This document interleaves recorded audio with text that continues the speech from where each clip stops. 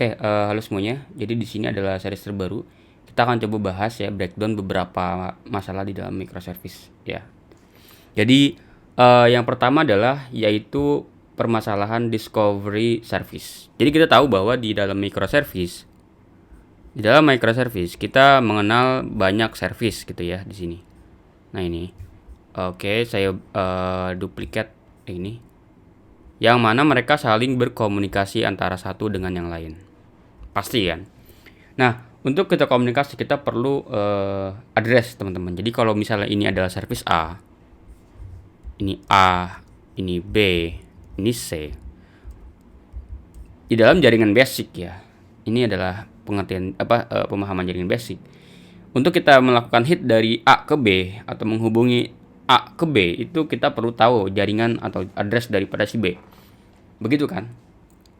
Anggaplah kita tulislah bahwa di sini adalah static gitu ya, 192, 168, 0 misalnya 4 gitu. Oke. Lalu si A ini hit lah dia ini kan, set gitu. Oke. Ini aman sebetulnya, tapi kalau teman-teman lihat IP-nya static berarti ya. Yang mana itu nggak bisa terjadi kalau Kalau dia multiple instant. Artinya ini dia ada 2 instant. Nah, misalnya ternyata ada B, ini juga ada 2 instan. Jadi service sama tapi ada 2 ya. Kayak di 86 tuh.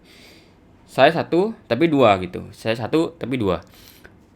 Nah, ini kayak gini. Gimana cara menangani ini adalah kita pakai yang namanya adalah service discovery, teman-teman. Jadi service discovery. Nah, gimana cara kerja service discovery? Itu mereka melakukan registrasi IP mereka di sini.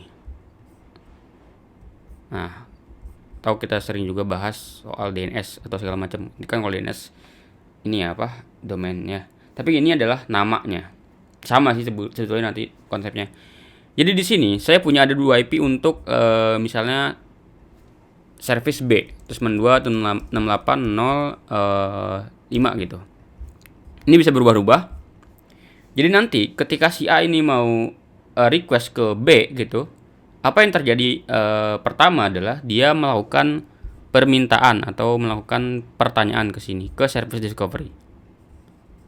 Saya mau nanya, IP service B apa gitu ya. Nanti dikasih sama si service discovery-nya, oh ini IP-nya 192.168.0.4 sama 192.168.0.5. Bebas mau pakai apa aja, atau mungkin nanti si service discovery juga bisa ngelakuin load balancer gitu ya.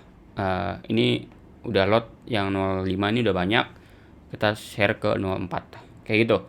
Jadi nanti setelah itu barulah dari sini ke sini, atau dari si A juga bisa ke B.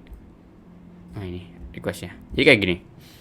Jadi dia requestnya tidak melalui service discovery. Jadi nggak A service discovery abis itu B, dia nggak gitu. Tapi kita request ke service discovery, dapat responnya, baru kita minta lagi, kita kirim permintaan kita ke B.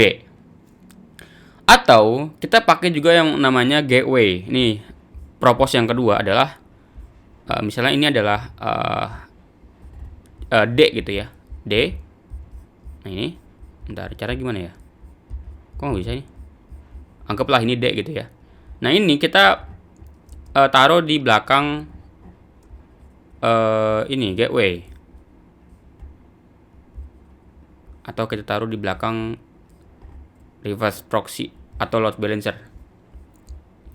Jadi karena ini load balancer dia IP-nya satu aja nggak apa-apa, tapi nanti belakang-belakangnya ada banyak instant ya, aman jadinya. Jadi nanti si load balancer aja yang nentuin ya akan kemana dia. Jadi cukup si A ini cukup tahu IP dari si D, load balancernya si D, atau reverse proxy ataupun itu ya, si D. Nah ini. Jadi nanti biarkan dia yang kirim ya ke service yang ada di sana instannya. Jadi ada 2 itu cara kita men-solve masalah discovery service di dalam microservice. Thank you semuanya.